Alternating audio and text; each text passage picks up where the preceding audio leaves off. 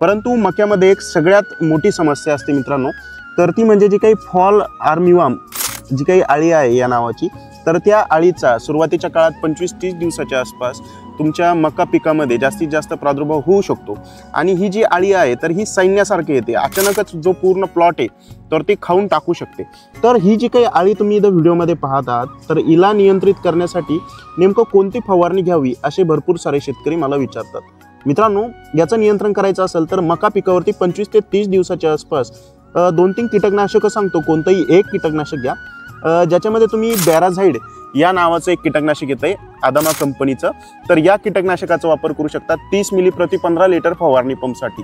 किंवा शेतकरी मित्रांनो, तुम्ही कोरायजन या अळीनाशकाचा सुद्धा वापर करू शकता 6 मिली प्रति 15 लिटर फवारणी पंपसाठी। किंवा एम्प्लिगो या अळीनाशकाचा सुद्धा वापर करू शकता 10 मिली प्रति 15 लिटर फवारणी पंपसाठी। मित्रांनो, या 3 कीटकनाशकापैकी कोणतंही एक कीटकनाशक आणि निंबोळी आर्क वापरायला फवारणीमध्ये विसरू नका।